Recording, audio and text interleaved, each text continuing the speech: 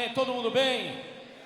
Olha, é incrível olhar para as faces de vocês. Olha, sabe, homens unidos adorando a Deus. Eu estava assistindo vocês adorar a Deus. Vocês estavam adorando a Deus, estava olhando vocês. E eu estava lá atrás e vendo vocês levantar suas mãos. E eu comecei a agradecer a Deus pela visão que eu estava vendo. Não é uma visão futura, uma visão agora. Vendo homens unidos, apaixonados por Deus. Incrível, incrível isso. Amém, incrível, incrível mesmo. Hoje nós temos uma mensagem que eu creio que vai ser uma mensagem profética. Eu creio que Deus trouxe hoje um tijolo, uma peça importante que Ele deseja semear no seu coração. O apóstolo Joel é um amigo meu há 25 anos, 2 décadas e meia nós somos amigos. Quando eu vim para o Brasil, lá no ano 2000, eu vim e nós participávamos de muitos dos mesmos amigos pastores. Eu fiz uma conferência aqui no Rio de Janeiro, no Marcos Gregório, e o apóstolo Joel foi uma das pessoas importantes que estavam lá me ajudando. E durante esses anos todos, o apóstolo Joel é alguém que ajudou muito a mim e a Ilan em muitas vezes. Estava falando com ele aqui e sabe o que ele me falou? Incrível. Ele falou assim: por você, quando você me convida, eu vou tentar estar. Se não puder, não posso, mas eu vou tentar estar. Por quê? Porque é amizade de 2 décadas e meia. Eu não sei se você teve o privilégio de ter pessoas que são amigas de você há mais do que 10 anos. É incrível o que Deus constrói. Quero chamar aqui meu grande amigo, apóstolo Joel Pereira. Amém. Glória a Deus.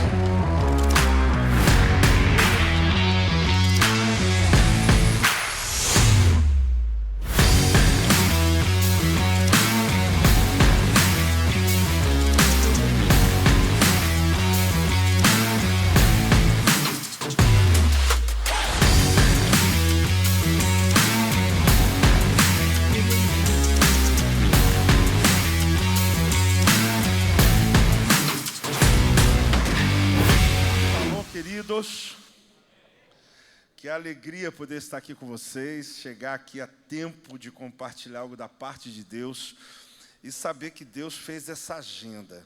Foi Deus que fez essa agenda. Fala para o irmão do lado, foi Deus que fez essa agenda. Você está pensando que foi você, né? Não foi não. Deus marcou esse encontro para que você pudesse estar aqui e alguma coisa fosse desatado na tua vida, no teu ministério, na tua casa, na tua família, na tua vida financeira, porque Deus tem algo direto do céu para a tua vida nesse lugar. Amém? Pastor Filipe estava falando, é uma alegria. Eu falei para ele, temos uma amizade já de muitos anos, e é aquelas coisas que Deus faz, né? Deus é que faz. Nós estamos aqui entre os homens e você sabe o quanto isso é importante na vida de uma pessoa. E quando se fala de pastor, nem se fala, porque somos muito solitários às vezes. E quando Deus nos dá algo assim tão genuíno, é tão precioso, e eu prezo muito por isso, muito mesmo. Uma alegria ver o sucesso do teu ministério, ver o que Deus está fazendo. Eu celebro, e já cheguei aqui compartilhando com ele algumas coisas que Deus está fazendo também, porque eu sei que ele celebra as minhas conquistas também. Então isso é maravilhoso. Eu sou pastor em Volta Redonda, Projeto Vida fez agora esse ano 33 anos. Eu e minha esposa começamos o ministério lá na cidade, que é a cidade do meu nascimento, inclusive. Tem uma história, a gente nem imaginava que lá seria o nosso campo missionário, mas Deus aprove a Deus que fosse. E desses 33 anos, o Projeto Vida abriu 50 igrejas, que também é um milagre. Porque quando alguém profetizava sobre uma igreja, eu já dizia, esse profeta está empolgado. Né? Sabe aquela profecia que você ri, igual Sara, que ri? Você não ri de você, você não ri da profecia. Você não ri de Deus, você ri de você. Você fala assim, eu acho que o profeta se empolgou. Mas a unção não erra endereço. Fala para o teu irmão aí, fala, a unção não erra endereço. Já avisa para ele aí. O que significa isso? Se Deus falou alguma coisa com você, meu irmão, Deus vai fazer. Mas não é porque você é bonzinho, é por causa do caráter dele. Aí eu tive que aprender isso. Nós temos 4 filhos, como disse, pastoreamos lá esse tempo todo. E alegria poder estar aqui com vocês, compartilhar algo da parte do Senhor. Abra comigo a palavra de Deus em Isaías 66, versículo 9. Quero começar por aqui. Quero dar o tema para vocês hoje, prepare o lugar. Não me falaram o meu tempo, mas é só botar o piano tocando ali que eu vou saber que chegou minha hora de parar. Bota, não, de boa. Eu vou saber que minha hora de começar a parar. Quem está pronto aqui para receber uma palavra de Deus? Eu estou muito animado para compartilhar com você. Fale comigo, prepare o lugar. Vamos lá, diz assim: acaso farei eu abrir a madre e não farei nascer? Diz o Senhor. Acaso eu que faço nascer, fecharei a madre? Diz o teu Deus. Eu gosto muito de olhar para esse texto na perspectiva do profeta Isaías, que está respondendo uma pergunta com uma outra pergunta. Havia uma busca muito grande por aquele povo na época, que naturalmente olhava para a realidade deles e dizia: como que Deus vai fazer o que Ele prometeu? Sabe quando você está tentando ajudar Deus? Você olha a tua situação e fala assim: eu não sei como que Deus vai fazer, porque eu não estou vendo saída. Porque a gente acha que a perspectiva de Deus é como a nossa. A gente acha que o recurso que Deus vai usar para te prosperar é o lugar que você trabalha, é o patrão, é uma promoção. Quando Deus vai fazer algo, querido, Ele não precisa de andar segundo aquilo que você tem, ou aquilo que você faz. Deus, Ele vai fazer segundo o que Ele tem poder para fazer. As pessoas olhavam a realidade. Isaías escreveu 100 anos antes, mais de 100 anos antes, uma profecia sobre algo que ainda nem havia acontecido. Por exemplo, ele cita o nome de um homem chamado Ciro, meu ungido, Isaías 45. Nem o pai de Ciro estava casado com a mãe de Ciro ainda, nem sabia que essa criança ia nascer, mas já havia uma profecia sobre alguém de nome Ciro, que essa pessoa assinaria o decreto libertando Israel de 70 anos de exílio. O que eu quero dizer para você é que Isaías liberou uma palavra fora do tempo dele. Quando a nação olha e começa a perguntar: será que Deus vai fazer? Quando Deus está falando, Ele não está comunicando, Ele está criando. Ou seja, tudo que Deus falou com você não vai ficar pronto, já está pronto. A grande questão é que no seu cronos e no meu, a gente tem que esperar. Mas no tempo de Deus já aconteceu. Então, a ideia de que se Deus vai fazer, querido, não existe o se Deus vai fazer. Existe o quando você vai chegar lá. Então, o povo começou a questionar: será que Deus vai fazer? Aí ele responde. E como que ele responde? Aí ele fala assim: acaso farei eu abrir a madre? Eu farei abrir a madre e na hora de nascer vou dizer para não nascer? Acaso eu que faço nascer, eu que coloquei aquele sonho no teu coração, eu que plantei aquele projeto dentro de você? Então você acha que eu que fiz tudo isso, na hora do nascimento eu vou abortar a criança? Ele diz: não. Ele está dizendo: enquanto você está duvidando se o filho chega, se a criança chega, você devia estar preparando o quarto do bebê. Aí você fala: pô, é porque nós vamos ter filho lá em casa? Tomara também, né? Se alguém está animado aí. Mas a metáfora é que Deus está dizendo: enquanto você passa o teu tempo questionando, gastando a sua energia perguntando, gastando o seu tempo dizendo se, você devia estar gastando o seu tempo já construindo e preparando o lugar. Porque Deus vai fazer, e se você não estiver pronto, você vai ser atropelado, porque Deus vai fazer. Então eu olho essa história e eu fico perguntando: por que nós temos a dúvida? Primeiro aprenda, querido, Deus não se explica, Deus se revela. Você pode repetir? Apóstolo, mas eu conheço uma pessoa que tem muita intimidade com Deus, hein? Deus se explica para ele. Não explica, querido. Deus não se explica para ninguém. Deus se revela. Mas, apóstolo, eu sempre falei que eu queria, Deus vai se explicar por que meu filho está doente. Por que eu nasci, tal coisa, por que eu perdi meu emprego, eu estou esperando até hoje. Eu fico todo o culto esperando Deus se explicar para mim. Você vai ficar a vida inteira, porque Deus nunca vai se explicar para você. Porque a dúvida é um terreno escorregadio, e toda dúvida é um vazio a ser preenchido. Fale comigo: toda dúvida é um vazio a ser preenchido. Então, se eu tenho uma dúvida, eu tenho um vazio. Só que Deus não precisa responder com palavras. A Bíblia diz que a paz que excede o entendimento, a paz que faz o quê? Então ela está sem condições de ser da razão. Ela excede a condição de explicação. Ela vai suprir, ela vai preencher esse vazio da tua vida. Então aquele irmão que estava naquela dúvida, desistindo, caído, em crise, dizendo até que está pensando, não sei se eu vou na igreja, se até Deus não fizer até mês que vem. Aí você encontra ele e fala assim, irmão, você está bem, você está feliz, está tudo bem. Deus se explicou para você, ele vai falar, não, Deus não falou nada, mas Ele preencheu um vazio. Eu só sei que eu estou sentindo uma paz. Mas aquela situação que você estava na luta, rapaz, a luta está lá ainda, mas eu nem sei o que aconteceu, tem uma paz dentro de mim. Deus preencheu, Deus encheu o meu coração de tanta alegria, que eu não só venci aquele obstáculo, como os próximos eu estou pronto para vencer. Tem um crente aí para dizer amém em nome de Jesus? Então, qual é a ideia desse texto? É Deus dizendo com a pergunta, meu filho, como você está me perguntando se a profecia vai se cumprir? Como você está perguntando se aquilo que eu falei com você, no teu casamento, na tua vida, na tua geração, para os teus filhos, se vai se cumprir? Eu te trouxe aqui para dizer para você, eu é que faço nascer. Eu é que coloquei dentro de você essa semente. Eu coloquei dentro de você esse sonho. Então, se eu falei que vou te prosperar para um propósito, eu vou lhe prosperar para um propósito. Eu estava em Israel agora, início do ano. Fui depois mais uma outra vez, mas nessa viagem específica eu tive o privilégio de estudar, por a segunda vez que eu fui, na Universidade Hebraica de Jerusalém. Éramos em 30 alunos. A primeira aula, Eli Shukron, esse professor, ele é o arqueólogo que descobriu, a descoberta é totalmente dele, o que hoje é o tanque de Siloé. Quando você for lá em Jerusalém, fechou. Já fechou a caravana. Já deu. Quem falou os 40 que falou primeiro amém, já fechou. Né? Você pode só na próxima agora. Mas você vai. Você vai visitar o tanque de Siloé. Então o tanque de Siloé foi descoberto por Eli Shukron. Ele foi dar essa aula para nós, ele não é guia e tal. Eu nunca tinha conhecido, mas como era um assunto diferenciado, é a Universidade Hebraica aqui, enfim. E ele nos levou nessa região que é a Cidadela de Davi, que você desce, passa por um túnel de águas até aqui não um túnel, enfim, é uma experiência fantástica. Tudo termina lá no tanque de Siloé. E ele começou a aula dele dizendo assim, durante 30 anos eu conversei com as pedras. Só que depois de 30 anos, eu decidi contar aos homens o que as pedras me contaram.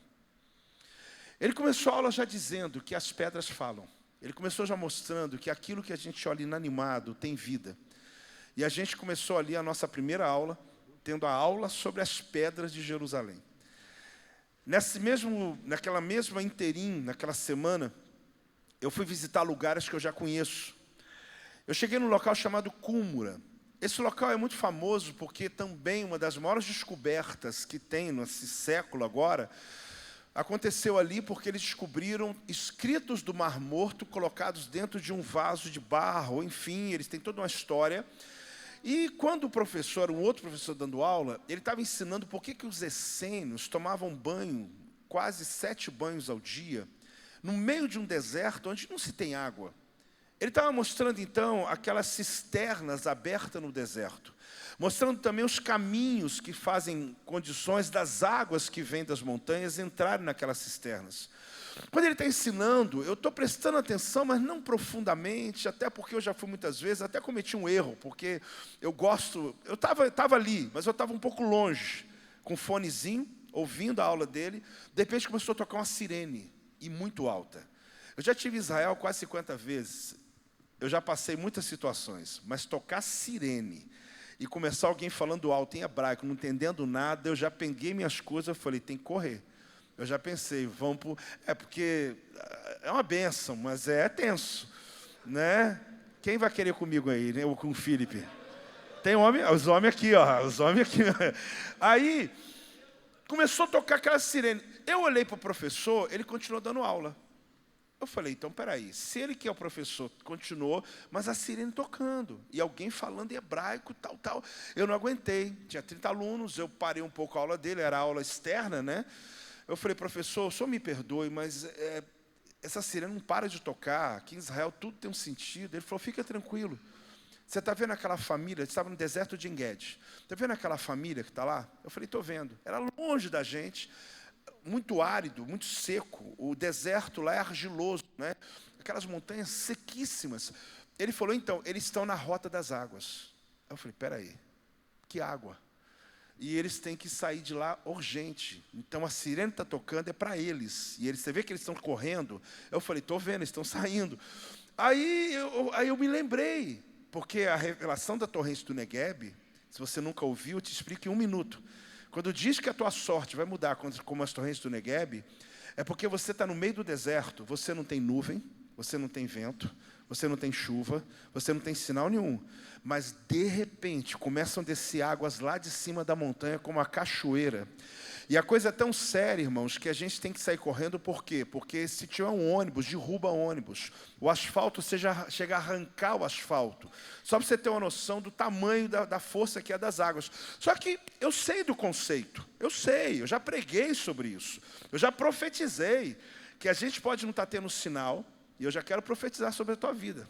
Você pode não estar tendo uma nuvem, você não está tendo sinal. Pastor, mas não estou vendo chuva, não estou vendo nada. Irmão, quando Deus diz que vai mudar a tua sorte, como as torrentes do Negueb, Ele está dizendo que não precisa ter sinal. Ele vai mandar as águas de onde você nem imagina na tua vida. Dá uma salva de palmas ao Senhor. Dá glória a Deus.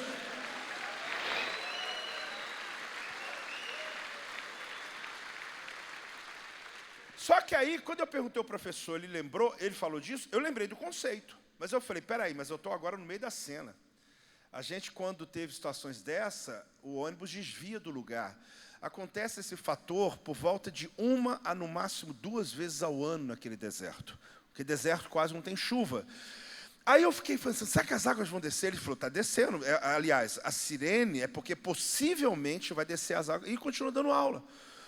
Quando eu olhei a cisterna dos essênios, olhei os caminhos, o Espírito Santo falou comigo. Aí ele falou comigo, o que eu quero também compartilhar com você. Eu parei a aula e falei, então, professor, deixa eu compartilhar uma coisa aqui com os alunos. Porque assim como a gente ora por avivamento não é só, querido, cultos abençoados. Avivamento é um frescor de Deus. É um entusiasmo, um enteós de Deus na vida das pessoas, uma sede de Deus para buscar a presença. É você parar de viver por motivação e você viver por inspiração. Quem está aí? A diferença, qual da outra? Motivação, com todo respeito aos motivadores, a gente precisa deles, eu gosto, mas assim, tem que empurrar você todo dia, irmão. A gente faz aqui, bota um telão bonito aqui, amanhã tem que botar outro, botar um cara dando pirueta, senão o cara não vem no culto, entendeu?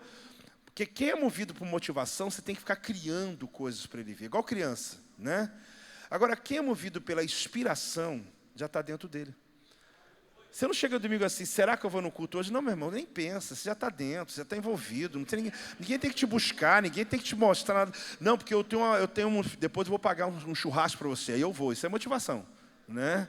Peguei alguns aí já, né? Que só veio hoje porque cheio churrasco depois, né? Aí, eu oro por isso. Só que a gente ora para o avivamento de maneira muito romântica. A gente já sofreu um avivamento em Volta Redonda. A gente é muito romântico. A gente pensa que é aquela coisa bonita, né? Irmão, avivamento descontrola tudo. É perder o controle. É uma coisa que não é bonita, mas é maravilhosa. Apóstolo, me explica. Só que se você não estiver preparado, você é atropelado. Mas se você estiver preparado, você vai receber a provisão de Deus. Por quê? Porque a cisterna dos essênios, quando as águas vêm, elas vêm com a força tremenda. Só que você pode ficar tranquilo, porque elas vão sendo canalizadas e elas vão enchendo as cisternas. Eu fiquei esperando, eu queria ver o fenômeno, não aconteceu. Mas o porquê que eles têm água o ano inteiro ali naquela região e eles tomavam banhos todo o tempo? Porque quando acontece das águas virem atropelando tudo, atropela quem está despreparado. Na rota das águas, mas quem preparou o caminho antes, o avivamento pode chegar, porque você está pronto para receber. Muitas coisas Deus ainda não fez, querido, não é porque Ele não quer fazer, é porque você não está preparado ainda. Porque do contrário, você pode ser atropelado no caminho e você não vai entender nada. E eu entendi isso quando em 2000 vivemos avivamento. Eu percebo que ele veio, mas algumas coisas, alguns lugares se perderam. Igrejas se fecharam, coisas no mesmo período. Mas eu não quero falar sobre um avivamento coletivo. Eu quero falar sobre você. O quanto você está preparado para o que Deus está para fazer na sua vida. O quanto você está preparado para as profecias que podem acontecer esse ano, ou pode demorar 10 anos ainda. Porque no tempo de Deus já aconteceu, querido. A questão é você com Ele, é o quanto você está pronto para entrar nesse propósito com Ele.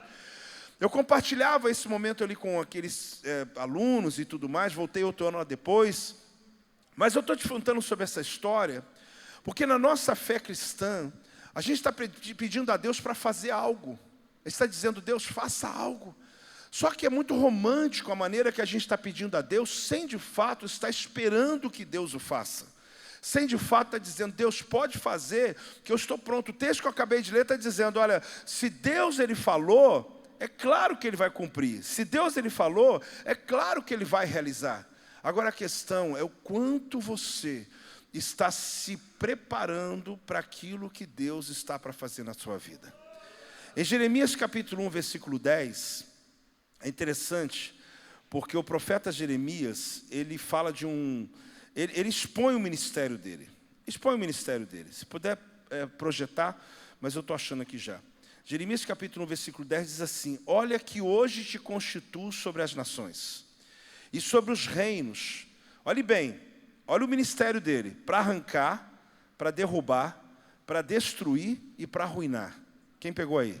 São 4 ações, querido, que desconstrói tudo, que quebradeira total. Está aqui, olha, eu te chamei hoje e dou a você autoridade sobre nações e reinos. Para quê? Para arrancar, despedaçar, arruinar e destruir. Irmão, se o pastor falasse assim, olha, tem um congresso aqui, estou chamando o profeta Jeremias para pregar, e apresentar essas características dele, tu vinha? Eu falei, eu vou nada. Mas você ia ficar naquela porta olhando ele, deixa eu ver na hora que o homem começa a pregar, porque o homem arranca mesmo, quebra tudo, é quebradeira geral. No final, ele tem 2 coisas boas, edificar e plantar. Fica muito claro para mim e para você, que não dá para construir sobre escombros. Que você só consegue preparar uma pessoa quando você primeiro desconstrói, para depois construir. Sabe qual é o maior desafio de um líder, seja de homem, seja na igreja, seja nós com a nossa equipe? É quando você quer passar para as pessoas o que Deus está para fazer, só que elas querem construir sem abrir mão dos conceitos que elas vieram para cá. Elas querem continuar carregando algumas culturas da própria casa. Apóstolo, mas é porque deu certo, veio do meu avô, veio do meu pai, aqui é assim mesmo, nós somos desse jeito e tudo mais. Irmãos, não é sobre o que eu penso, sobre o que você pensa, é sobre o que a Bíblia diz. Quem está aí? E aí é onde nós pensamos o seguinte, por que nós não conseguimos, de fato, construir na vida das pessoas? Primeiro que o maior desafio é transferir para as pessoas aquilo que Deus fez em nós. É o desafio de Gideão. Desafio de quem? Sabe que Gideão, ele pegou a lã, ou o manto de lã, ele pegou e colocou lá no meio da eira. Falou, Deus, molha aqui, encharca aqui. Aquele efeito do deserto, à noite tem um orvalho. Ao invés de molhar em volta, molhou só a lã. Para mim é o manto dele. Ele pega, na hora que ele aperta, está cheio de água. Ou seja, Deus fez para quê? Para confirmar a visão que ele havia recebido. Só que ele pega de novo e fala, Deus, não fica triste comigo não, vou colocar de novo. Mas faz o seguinte, não molha mais a lã não. Não precisa molhar não, porque eu já estou molhado. Aquela lã sou eu. Molha a volta. Sabe por quê, Senhor? Porque eu já vi, e eu estou acreditando. Mas se o Senhor não molhar as pessoas que vão entrar comigo nesse negócio, aí não consigo não. Agora, se o Senhor encharcar a volta, e eles também receber a mesma visão, receber a mesma revelação que eu recebo, ninguém segura a gente. E sabe por que Deus trouxe você aqui, irmão? Porque Deus já molhou o pastor, Deus já encharcou teus líderes, eles já viram o futuro. Só que eles estão dizendo, Deus, faz o seguinte, Senhor, molhe os homens também, porque se o Senhor molhar, se eles, quem está pronto aqui para receber esse orvalho de Deus? Se o Senhor fizer com eles, o Senhor fez lá na nossa sala, aquela reunião de liderança que a gente fez, que o Senhor nos visitou, se o Senhor fizer o mesmo com esse monte de homens aqui, meu irmão, não vai ter lugar que vai caber a gente, porque Deus vai fazer coisas extraordinárias. Dá glória a Deus aí, irmão.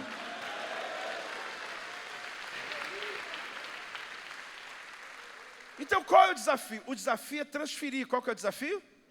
É transferir. Porque a gente tem visão, tem ideia, tem sonhos, tem criatividade. Como que eu vou encaixar as pessoas naquilo que eu faço? Jeremias, ele recebeu o ministério. Primeiro desconstrói, vai derrubando tudo. E depois tu planta, e depois tu edifica. Às vezes a gente começa um ministério, trabalha a vida de pessoas, como vários homens que estão aqui hoje, e você está tendo a oportunidade de passar um dia, receber algo de Deus, mas se você não abrir mão, querido, de algumas coisas, não vai ter jeito. Alguns anos atrás, eu falei, Silvio, eu vou aprender a nadar, vou nadar. Eu queria fazer alguma coisa. Uns 15 anos atrás, acho que tinha feito 40 anos, eu falei, eu vou nadar. Cheguei lá no local, Recreio do Trabalhador, Volta Redonda, piscina 50 metros, outra de 25. A professora olhou para mim e falou, você sabe nadar? Eu falei, sei. Nadava em Poção, né? Nadava lá no Volta Redonda e tudo. E aí a decisão era, se eu sei nadar, então pula na água. Pulei. Aí eu nadei na piscina de 25 metros, só transversal, 12,5. Quando eu fui, voltei no meio, eu já estava desistido. Porque já estava... Ela olhou assim e falou, vai dar trabalho. Vai dar trabalho. Porque se eu não soubesse, seria mais fácil. O problema é que eu sabia. O problema é que eu achava que sabia.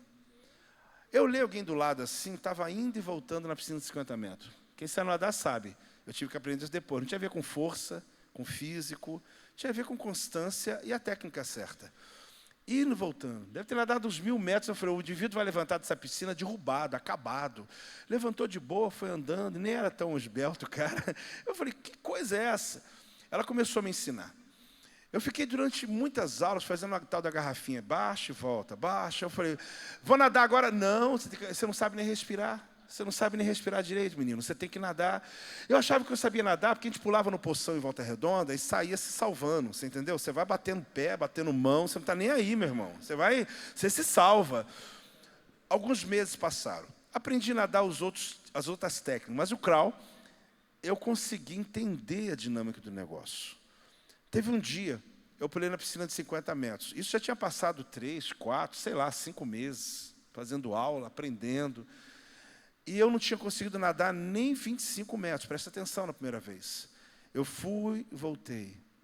Quando eu terminei os meus 1.200 metros, você pode não acreditar aí, mas eu terminei, eu me levantei e fiquei pensando, é igualzinho eu achava que sabia pastorear. Igualzinho eu achava que sabia tal coisa.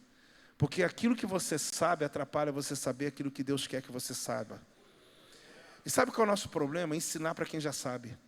E naquele dia que eu fui destravado, naquela piscina, eu fiquei pensando, Deus, quanto trabalho que eu já dei.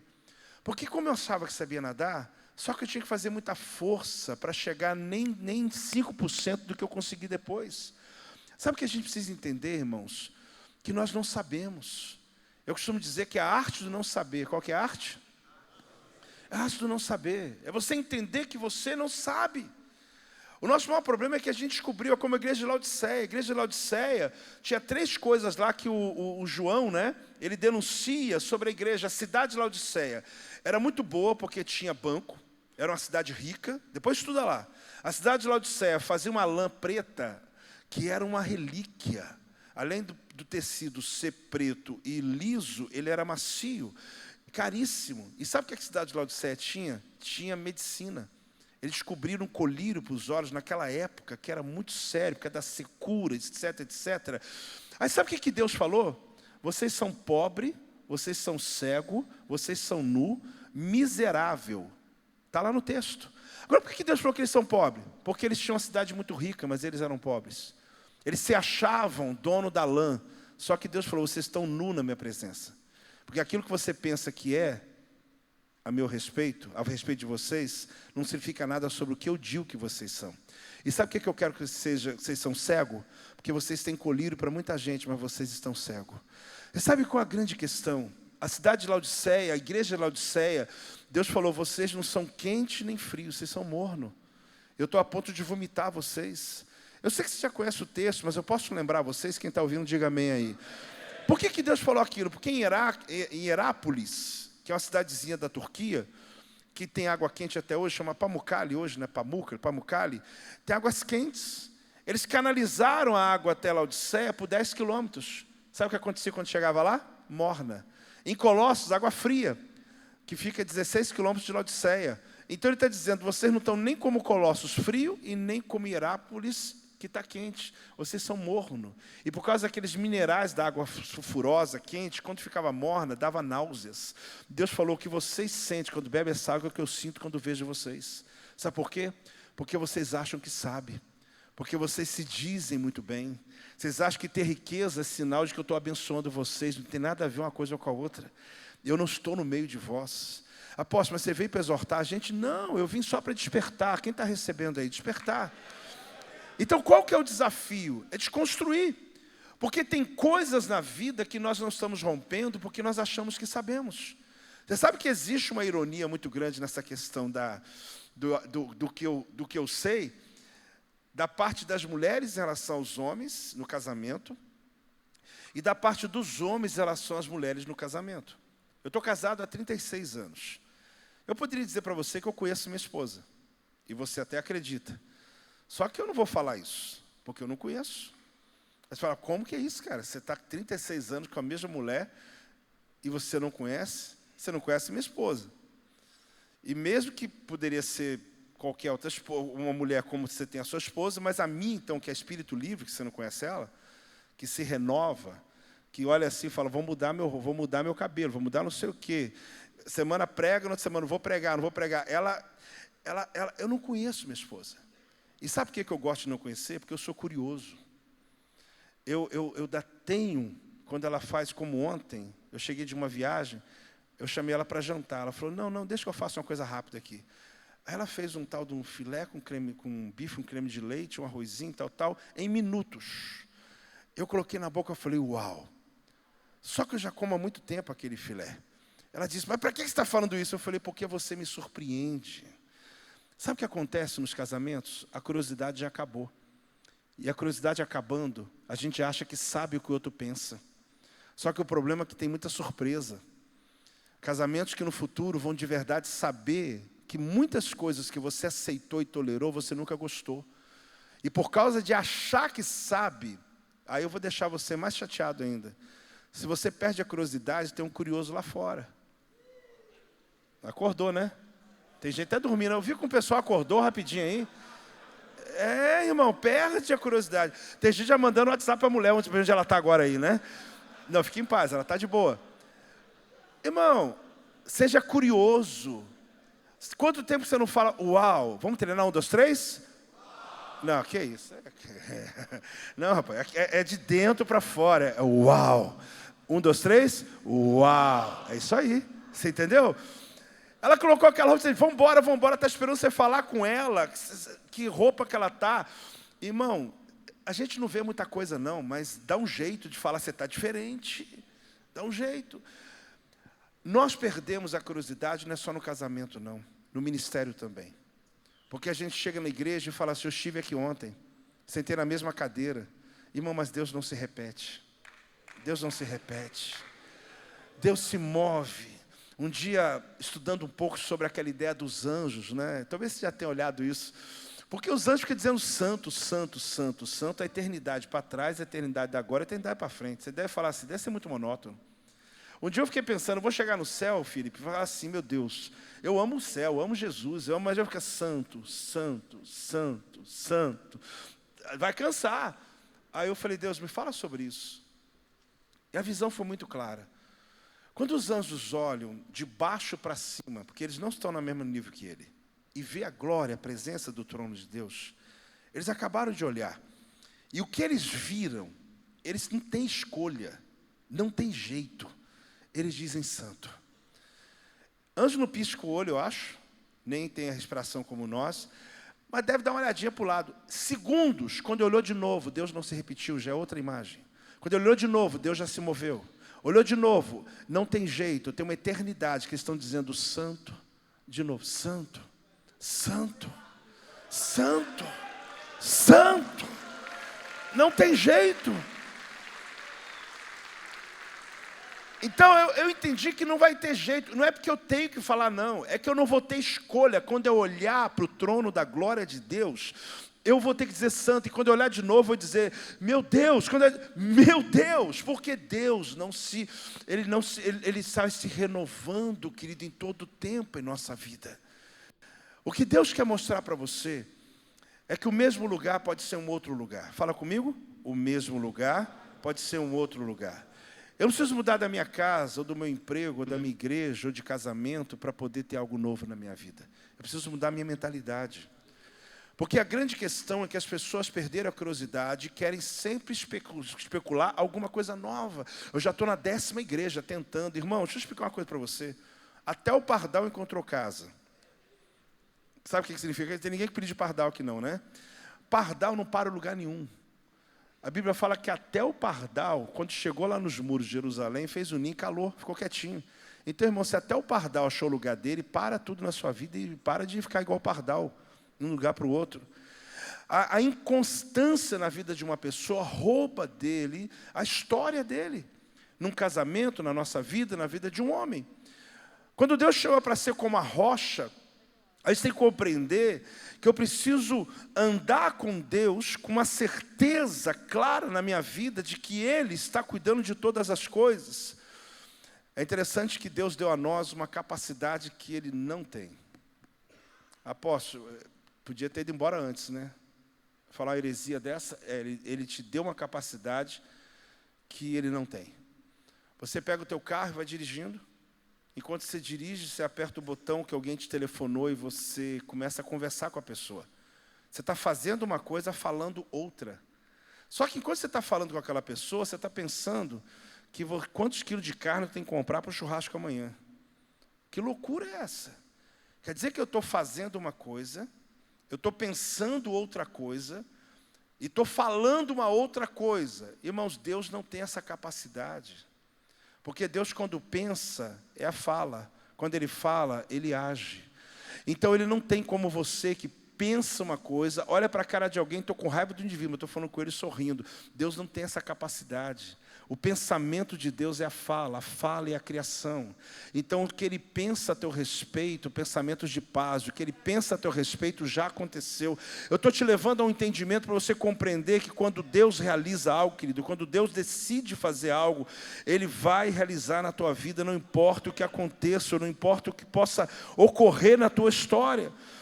Agora, o que tem a ver com o fato de eu confiar de que quando Deus liberou a palavra, Ele vai cumprir?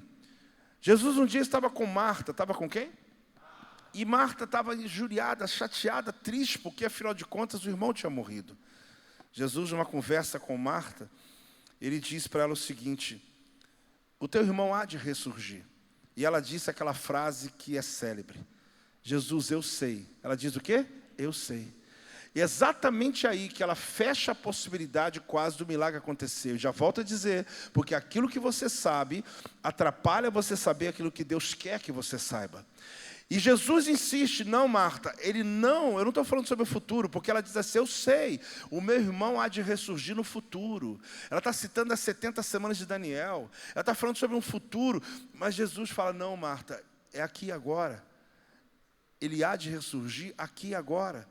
Naquele momento, Jesus estava dizendo que o milagre não seria no futuro, seria agora, mas o pensamento dela foi naquilo que a teologia dela dizia. Ela não estava errada na teologia, ela estava desatualizada na teologia dela. Por quê? Porque havia um plano de Deus de ressuscitar Lázaro ali. Então, volto a dizer, se você quer caminhar num processo com Deus, abra a tua mente para que Deus desconstrua alguns valores que, na verdade, não têm funcionado até hoje na tua vida. E que você precisa que Deus coloque os valores dele dentro de você. Para que você aprenda que fazer certo não é o que Deus quer, mas Deus quer que você creia certo. Fale comigo: fazer certo, crer certo. A gente aprendeu a fazer certo porque a gente acha que nossa justiça ela é mais importante do que o que a Bíblia diz. Você sabe o que é isso? É aquela sensação de que eu sei o que é melhor. Como a igreja de Laodiceia, olha, a gente não precisa de nada. Aí Deus falou: quem que falou que você não precisa de nada? Pobre, cego e nu. Como as outras histórias que eu estou lhe mostrando, o próprio ministério de Jeremias, o que está entre eu e a promessa de Deus, querido? Essa barreira que nós criamos da nossa própria justiça sobre as coisas. O profeta Elias, qual é o nome dele? Ele recebeu uma palavra para ir para Sarepta. E é interessante que tem uma dinâmica ali, né? Deus falou para Elias assim: vai para Querite antes de Sarepta, vai para Querite. Eu já falei isso no outro vinda minha aqui, talvez lá no Ribalta, que eu dei ordem aos corvos para sustentar você. A pergunta é: Elias podia ter dito assim: eu não vou? Sim. Agora, os corvos poderiam dizer ou não ir, mesmo sendo animais? Lógico que não, porque com você Deus fala, mas com a tua provisão Deus ordena. Ali estava muito claro de que Elias poderia não ter ido no local que Deus mandou, mas os corvos levariam no bico deles a comida que Deus mandou. Por quê? Porque você tem uma pergunta: Deus, se eu tivesse entrado naquele projeto, eu teria recursos? Se eu tivesse deixado meu filho entrar naquela faculdade, eu ter entrado, será que eu teria recursos? Se eu começasse aquela obra, eu teria terminado? Irmão, essa resposta está clara. Deus nunca vai deixar de cumprir a parte dele. Só que ele está dizendo, eu marquei um lugar do encontro, ou seja, com você ele fala, com a tua provisão ele ordena. Ele está lá em Querite, Deus fala com ele assim, olha, vai para Sarepta, que eu dei ordem para uma viúva para sustentar você. Se ele não fosse, ia ficar em Querite, mas a viúva teria a opção de não ir? Zero, porque ela estava debaixo de ordem. Lembre-se, querido, que toda vez que Deus falar com você, Deus já deu ordem à provisão para esperar você quando você decide caminhar para um propósito. Quem está entendendo e recebendo em nome de Jesus? Pode dar uma salva de palmas ao Senhor, se você recebe.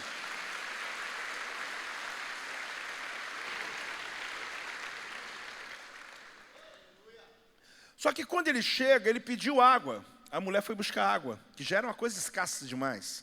Quando ela está indo buscar água, ele pediu o quê? Me traz um bocado de bolo. Ela diz, olha, a farinha que eu tenho aqui, essa quantidade que eu tenho, eu vou comer, eu e meu filho, e vamos morrer. Ela sabia que era morrer, porque, na verdade, a vizinhança já tinha as histórias da fome daquela época. Só que ela sabia de um princípio. Em Levítico, capítulo 2, a oferta mais barata, mais pobre que tem, é a oferta de um efa de farinha. Ela, na verdade, sabia do conceito que o altar em ruína não tinha lugar para levar a minha oferta. Ela está guardando aquela farinha por dias, morrendo de fome, mas dizendo, eu não posso comer essa semente, porque essa semente provoca o meu milagre. Quando o profeta ouviu, ele sabia que ela estava certa. Se eu comer dessa farinha, se eu comer desse dízimo, se eu comer do que sobrou, porque em Levítico 2, é exatamente a oferta da pessoa que não tem mais nada. O sumo sacerdote pegava e enfiava a mão na farinha, levantava esse dedo, com esses 3 dedos aqui ele segurava e lançava esse pouquinho de oferta no fogo. Ela pegou e falou, é a única coisa que nós temos. E o profeta mesmo assim disse, vai lá e faz. Ela fez. Ele comeu o bolo. Nem fome ele tinha para isso. Ele acabou de chegar de Querite, onde ele estava comendo muito bem. Mas ele precisava entender que não adianta fazer certo, tem que crer certo. Eu, por muitas vezes, já pedi perdão para Deus. Eu tentando ser mais popular, tentando ser mais bem aceito, tentando, isso começa a tocar, tentando, não, mas eu estava já quase chamando ele, tentando fazer que as pessoas me recebam, me aceitem. Eu já recebi oferta, gente, que eu peguei assim, não, tá bom, irmão, tá bom, ou viúva, tá bom, eu recebi, mas toma para a senhora, por favor, compra lá alguma coisa para a senhora, para comer. Olha que pastorzinho bom, hein? Esse é meu pastor. A cara dela era, de várias vezes que eu fiz isso, de algumas pessoas ficaram tão decepcionadas comigo, porque se eu prego para crer, querido, na palavra, como que eu vou fazer segundo aquilo que eu acho que é certo? E como às vezes você pode chegar, como alguém um dia falou comigo, apóstolo, meu dízimo eu resolvi distribuir em 3 igrejas, porque eles precisavam mais. Eu falei, interessante. Porque a gente quer fazer o que a gente acha que é certo, só que a minha justiça é igual trapo de imundícia, querido. Deus não leva em consideração. E aí a gente entra em projetos que a gente não está entendendo. Por que minha vida travou? Por que não vai?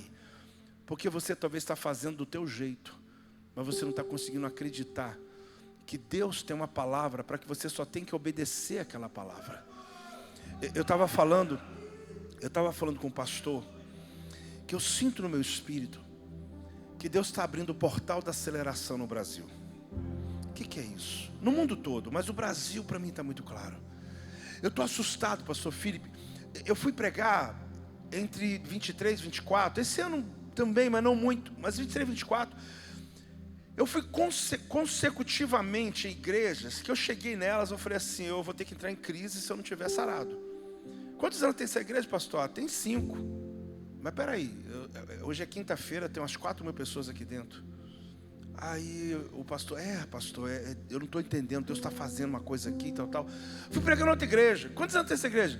Por um acaso, né? Porque são jovens pastores que me levam até às vezes pedindo opinião, pedindo conselho e tal. Eu fiz de costume, que eu estou acostumado já, né?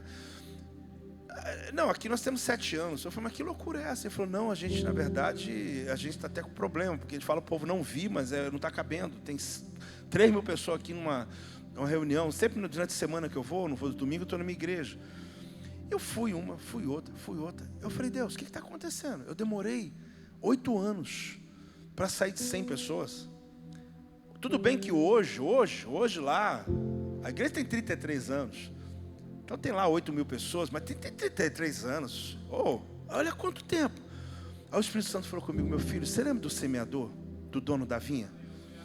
Que 6 horas da manhã, chegou e chamou um grupo de trabalhadores e falou assim, olha, vocês querem trabalhar para mim? Eu vou te pagar vocês 1 denário. Lembra? Eu falei, lembro, Senhor. Então, lembra que eles foram trabalhar e quando deu 9 da manhã, o dono da vinha foi lá e chamou mais trabalhadores para que eles viessem trabalhar e não combinou o valor. E eles vieram.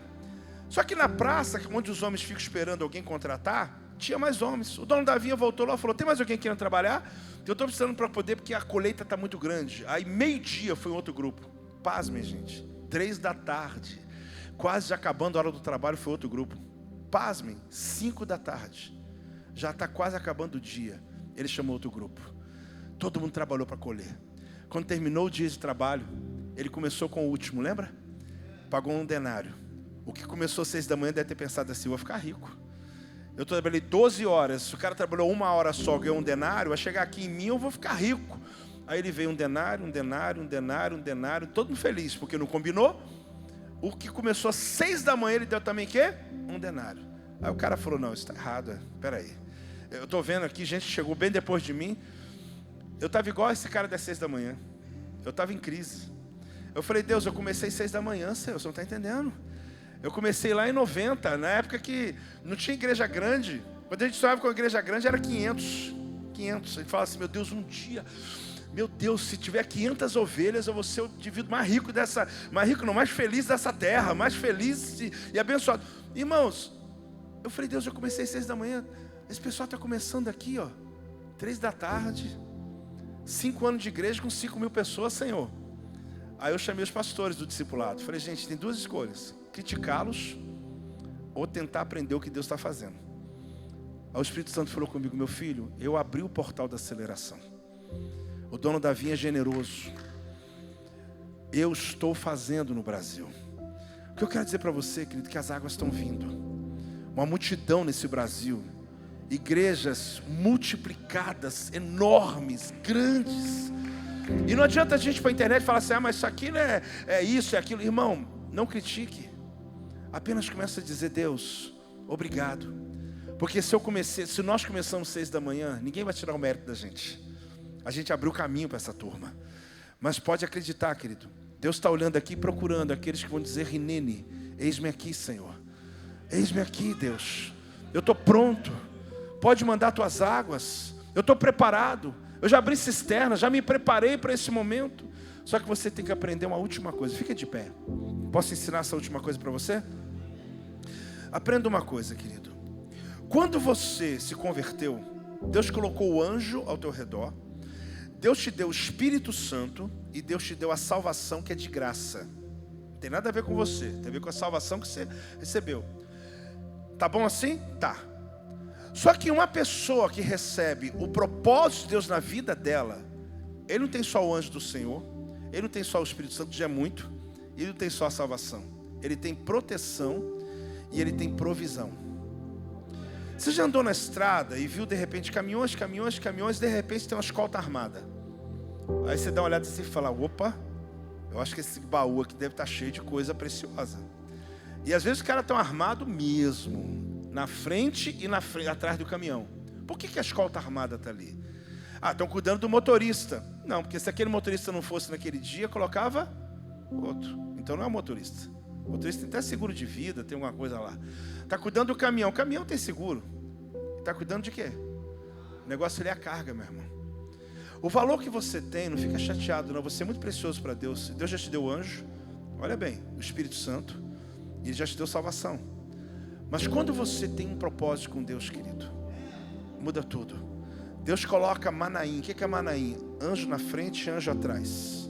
Vai lá estudar sobre Manaim. Deus coloca a provisão. Tudo que você precisar para cumprir aquela missão. Estou levando essa carga, pode pedir o que for. Ah, manda mais gente, porque eu estou com medo aqui. Tem gente, vão mandar mais escolta. Vão mandar dinheiro. Vão mandar por quê? Porque você é só um motorista. Só que você está carregando algo preciosíssimo. Preste atenção. Se eu te der um copo d'água ali naquela ponta, e você tem que levar lá naquela ponta, porque Deus mandou, você não está vendo. Mas quando tu está andando com esse copo d'água, você vai chegar até naquela ponta. Pode vir o que vier contra você, querido.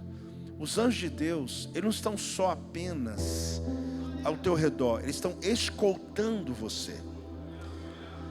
A gente ora muito por provisão, ora por missão, querido. Porque se você tiver uma missão, você vai ter toda a previsão que você precisa, pode acreditar. Seu menino vai lá comprar alguma coisa, ele vai com o dinheirinho dele, mas você fala, pai, ou meu filho, compra lá para mim, toma a chave do carro, toma meu cartão, toma isso aqui, porque ele só está indo buscar o que você mandou. Irmão, quando você aprender isso na vida, a gente vai parar com aquelas orações dizendo, Deus, eu preciso de comida. Deus, eu preciso de... Irmão, você não precisa de orar por provisão quando você tem uma missão. Você não precisa orar por provisão quando você tem uma causa. Porque Deus coloca a escolta à tua volta para que você cumpra o propósito dEle. Hoje eu quero terminar orando por você, querido, que está aqui nessa reunião. O prepara o lugar, fala comigo, prepara o lugar. Significa que Deus está dizendo, meu filho, se eu é aquele que dou a luz, eu é aquele que faço nascer, eu é aquele que pus sonho dentro de você, você acha que eu vou tirar de você o que eu mesmo plantei dentro? Se eu disse que vou fazer, eu vou fazer na tua vida. Levante suas duas mãos.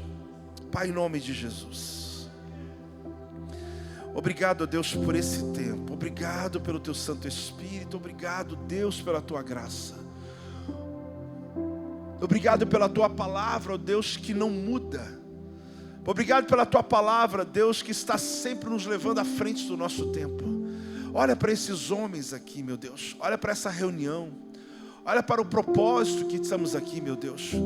O Senhor já molhou a vida dos líderes. O Senhor já encharcou a lã deles. Mas, ó Deus, que o Senhor possa encharcar a volta agora. Começa a encharcar cada líder, cada homem, cada pessoa que está aqui agora, meu Deus. A visão que o Senhor tem sobre o Ilan, a visão que o Senhor tem sobre esta igreja, a visão que o Senhor tem sobre os líderes, que ela não fique apenas em 1 ou 2 ou 10 pessoas, mas que ela comece a se alastrar.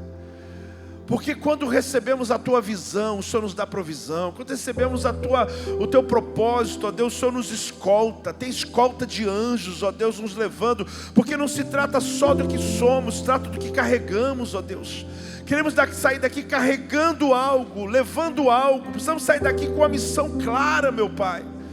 Por isso, Espírito Santo de Deus, que o Senhor nos visite, meu Pai, com a tua presença. Nos visite, meu Deus, com a tua palavra. Assim eu te agradeço, em nome de Jesus. Dê uma salva de palmas ao Senhor. Dê um glória a Deus.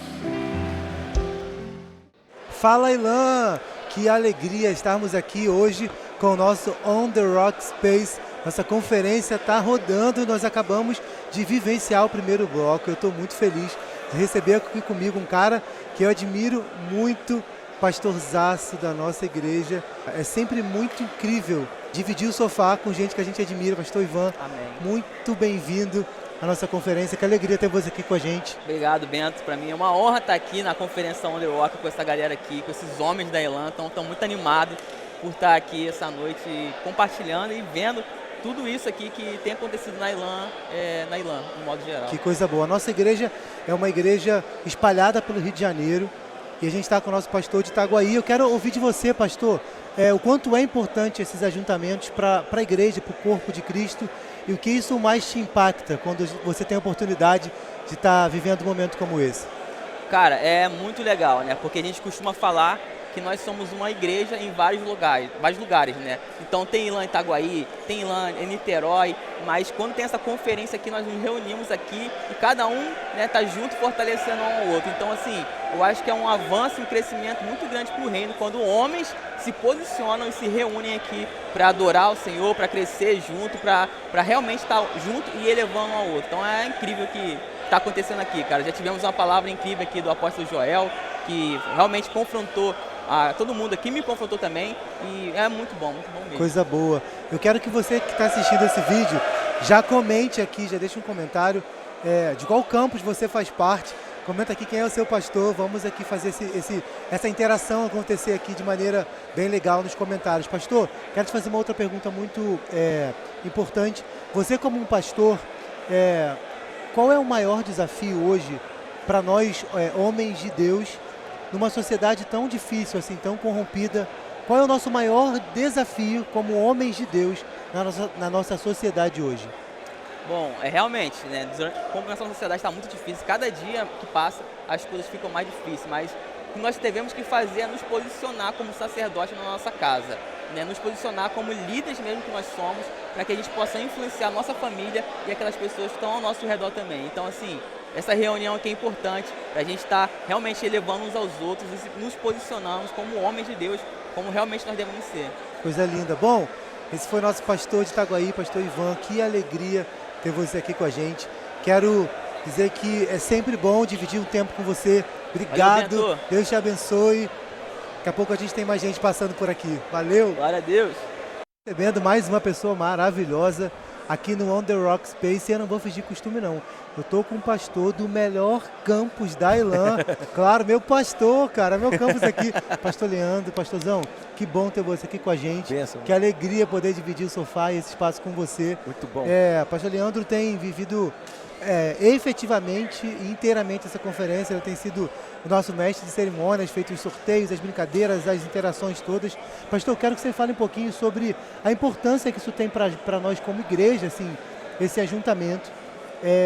E o que a gente tem recebido de Deus nesse primeiro ciclo aqui de conferência. Eu acho esse momento que nós estamos vendo aqui, vendo muitos homens aqui sendo ministrados, sendo startados novamente, né, despertados para viver aquilo que o Senhor tem sobre a vida deles. Isso me deixa animado, me deixa empolgado, me deixa entusiasmado para aquilo que o Senhor já está fazendo, né? Como foi ministrado agora nesse momento. Ele já preparou, ele já fez. Agora a gente precisa estar pronto para receber e desfrutar disso tudo que o Senhor tem para nós. Que eu acredito que homens fortes, famílias fortes, ministérios fortes e um país forte também. Então, é maravilhoso isso tudo aqui. Coisa linda. E qual o nosso maior desafio, pastor, como homens de Deus, na sociedade que a gente vive hoje? Assim, como você tem visto o cenário atual da sociedade e o nosso papel, por exemplo, como homens de Deus? Como está a correlação disso tudo?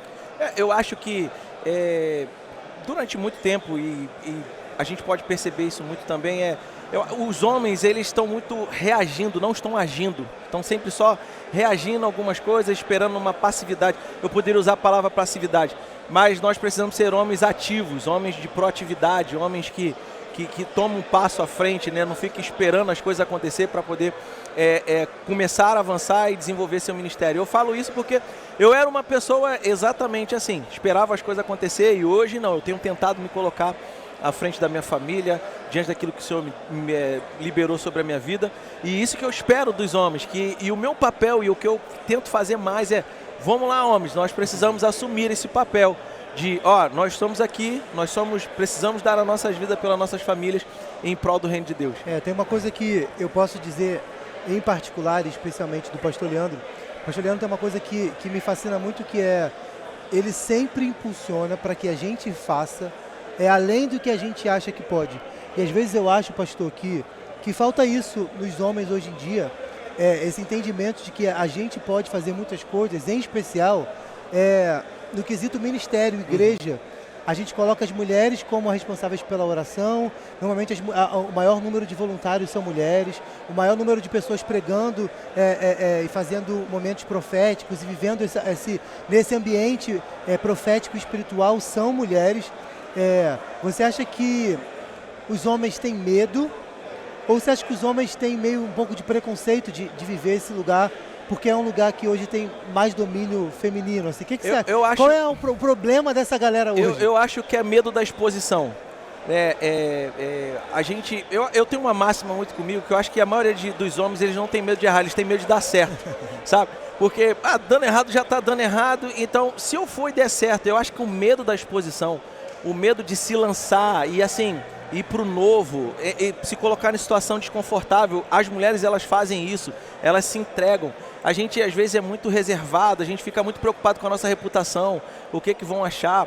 E eu falo muito isso para as pessoas perto de mim, eu falo, o que nós precisamos estar preocupados é o que Deus está falando a nosso respeito, não as pessoas. Então a gente precisa se lançar, a gente precisa mostrar a nossa humanidade, a gente precisa mostrar que nós somos vulneráveis, mas nós queremos avançar o reino de Deus, nós queremos ser o Cristo como é para a igreja, aquele que dá a vida, aquele que faz o que tem que ser feito. Se for para passar vergonha, a gente passa para o reino de Deus.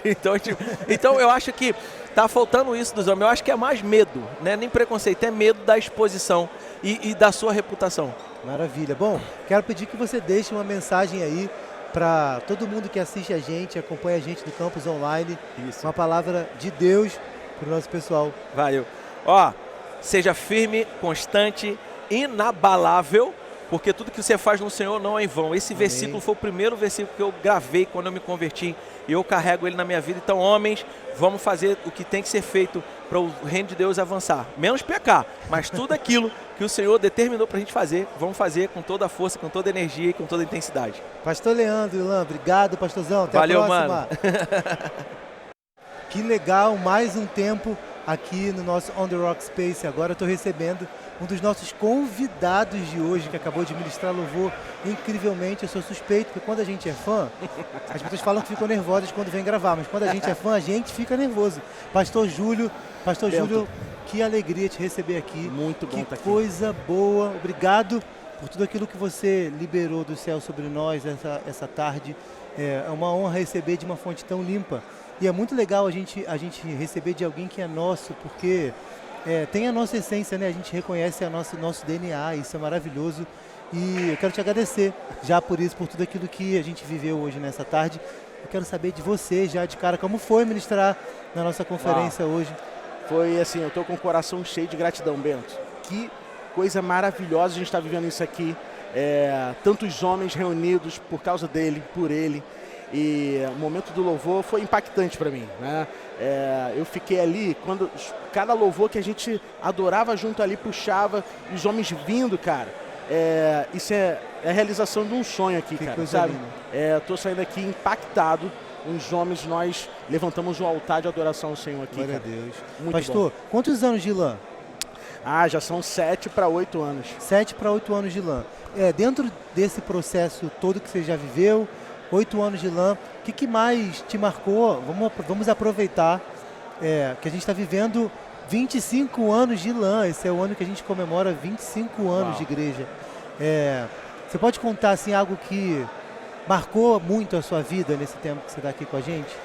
Então, a minha chegada aqui na Ilan foi num tempo muito incrível, porque foi quando o pessoal veio para cá, para o Magaça, para viver essa missão aqui, para viver isso tudo aqui que a gente está vendo hoje.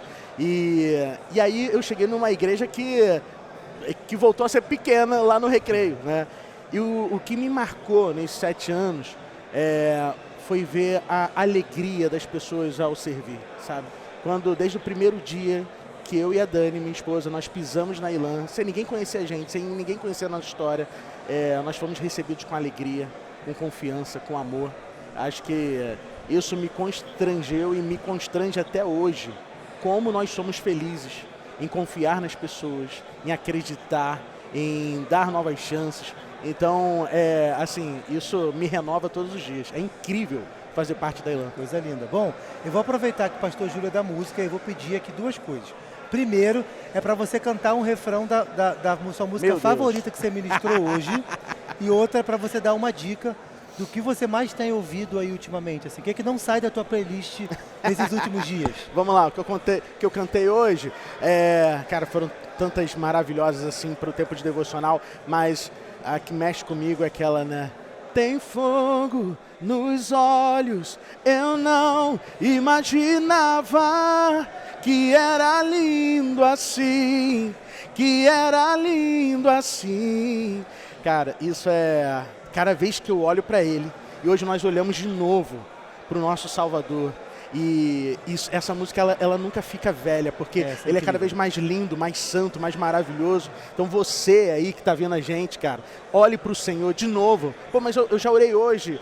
Não, mas eu já fui no culto. Cara, olha para ele de novo, você vai ver que ele é mais maravilhoso, que ele é mais incrível, que ele é mais santo. É isso. E qual é a música que não tem saído da tua playlist, assim, ó? A música que não sai, tá sempre aí no teu ouvido. Ah, meu Deus do céu. Cara, assim, eu ouço muitas músicas, né? Mas uma que eu tenho escutado muito...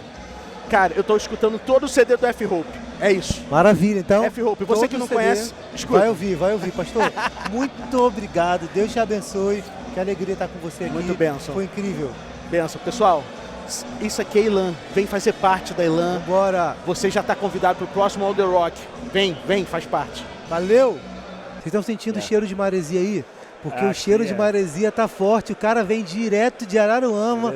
Pastor Mateus, pastor do nosso mais novo campus. Que alegria, pastor. Que alegria ter você aqui com a gente. Obrigado. Que bom poder trocar essa ideia com você. Legal. Eu já quero de cara te perguntar, pastor, como é que tá Araruama? Como é que tá aquele povo lá? É muito legal, assim, a gente tem vivido dias incríveis lá, né? Mover do Espírito Santo, famílias sendo restauradas, sabe? Isso é tão prazeroso pra gente como servo, como filhos de Deus, receber pessoas e às vezes decepcionadas, não só com igreja e estrutura, mas decepcionadas nas suas vidas, nas suas famílias. E ser na Elan esse lugar de acolhimento é algo que tá sendo incrível. Que assim. coisa boa. Eu quero te fazer uma pergunta, pastor. Muitas pessoas se questionam muito quanto a ministério, por exemplo, o que Deus quer de mim, o que eu preciso fazer. Muitos homens buscam em Deus aonde servir e como se colocar ativo no reino de Deus. E a pergunta que eu te faço hoje é, pastor, o que a gente faz enquanto a gente não tem uma resposta específica de Deus, de para onde a gente deve ir? O que a gente sempre tenta ensinar, né, não na nossa igreja, mas em todas as ilãs que a gente está, é a visão do servir ao próximo, né? Quando a Bíblia fala que a gente precisa considerar o próximo superior a nós mesmos, é muito disso, de a gente servir. E aí servir a pessoa não quer dizer se você ainda não tem a resposta do seu chamado ministerial, daquilo que Deus tem preparado para você em específico, mas assim, servir a pessoa, servir ao próximo. Você às vezes não precisa ser nada, você não precisa ter nenhum título, nenhum reconhecimento ministerial, mas se você está ali servindo ao próximo, e aquele próximo pode ser uma pessoa superior, inferior, não importa, servir ao próximo. Acho que isso já tira 80% dos seus problemas, e aí Deus vai começar a tratar em você aquilo que Ele tem realmente, né, o seu chamado, aquilo que Deus tem para florar em você. Bom, muitas pessoas me questionaram essa semana, algumas pessoas, sobre, poxa, eu faço parte de uma igreja e eu ainda não consigo servir, ainda não me vejo em ministério nenhum. Eu acho que você, como nosso pastor, vai poder falar isso de uma maneira muito própria.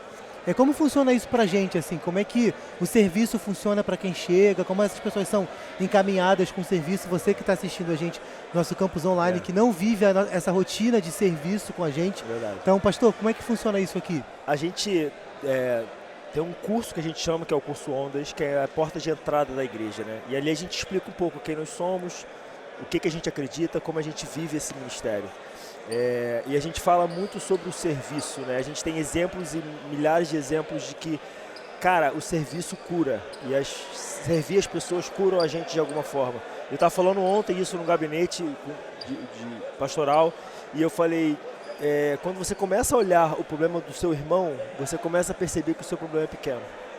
Então você começa a entender que servir ao próximo, e mais uma vez, parece que ser redundante, mas servir ao próximo, isso te leva a um nível de entendimento do que é o reino de Deus absurdo. Então, dentro do Ondas a gente já fala sobre isso. Cara, você nasceu para servir, você é nota 10 em alguma coisa.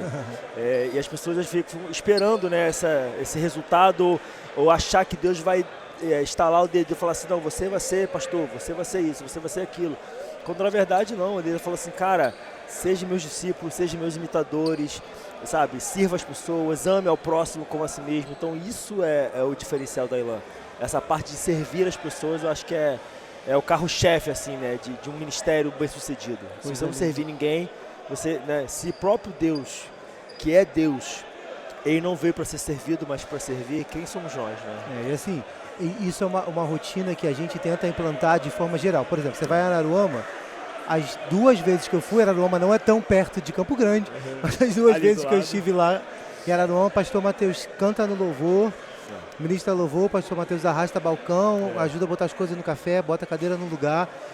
Eu acho que a gente Isso é um prazer, vive cara, o é serviço muito bom. na igreja como um prazer de fato, sabe? Não como um peso, isso é incrível. E sobre a nossa conferência, pastorzão, como é que está sendo esse Cara, primeiro ciclo que a gente viveu até então? A gente teve uma palavra assim inicial do apóstolo Joel. Conheço o Joel também há mais de 20 anos. Uma palavra muito objetiva e prática, né? Se Deus ainda não fez é porque não acabou. E isso tem movido, né? Eu acho que esse ambiente aqui de homens é muito sobre isso. Eu acredito que tenha muitos homens aqui que chegaram nesse lugar com a expectativa reduzida à decepção, a momentos que talvez nunca chegue. E a gente vê nesses lugares, nessas conferências, um despertar de Deus. Fala assim, cara, vamos lá, sabe? Ainda dá tempo, Deus ainda tem coisas grandes para te fazer. A gente tem aqui, por exemplo, um escritor, e acho que ele, nos seus maiores sonhos, acreditou sim que Deus faria isso, mas quantas vezes você esperou isso, né? Ou achou que isso talvez Quantas nunca vezes aconteceria? escrevi e apaguei, quantas vezes desisti no meio do Exato, caminho. então é muito disso, sabe? É saber que Deus tem uma palavra final. Cara, a palavra que o apóstolo Joel falou sobre quando ele está falando, ele está fazendo. Então eu fiquei imaginando assim, Deus escrevendo e falando para você e está construindo toda a sua história. Então é isso, se você ainda não está vivendo aquilo que Deus te falou, é porque não chegou a hora. É isso. E eu faço um link agora com o que o pastor Mateus falou sobre se Deus não fez é porque ainda não acabou. Com o filme Fé para o Impossível, que são um filme que conta a história dos nossos pastores, pastor Filipe e pastora Renê, que está disponível na Netflix. É uma história de milagre e uma história de fé, que é exatamente isso. Acreditar que Deus vai fazer independente do que aconteça à sua volta. É a mensagem central desse filme, então já deixo a indicação para você aí, Fé para o Impossível na Netflix. Vai lá assistir. Pastor, muito obrigado. A gente ama você, celebra a sua vida, que bom que você está aqui com a gente. Amém. Tamo junto. Vocês são bênçãos. Amo Valeu, vocês. pessoal. Valeu, pessoal. Um abraço. Mais uma conferência marcante, cheia da presença de Deus. Eu tenho certeza que todo mundo que viveu essa experiência saiu daqui completamente transformado e cheio da presença de Deus. Foi uma conferência marcante onde homens de toda a Ilã se reuniram para receber aquilo que o Senhor tinha para ministrar. E eu quero que vocês fiquem atentos aqui, porque eu tenho certeza que os melhores momentos serão compartilhados com você que nos assiste aqui na internet, com muito amor e muita excelência pelo nosso time maravilhoso. Nós vamos nos encontrar nas próximas conferências e no On The Rock ano que vem vai ter mais On The Rock online para você. Deus te abençoe e até a próxima.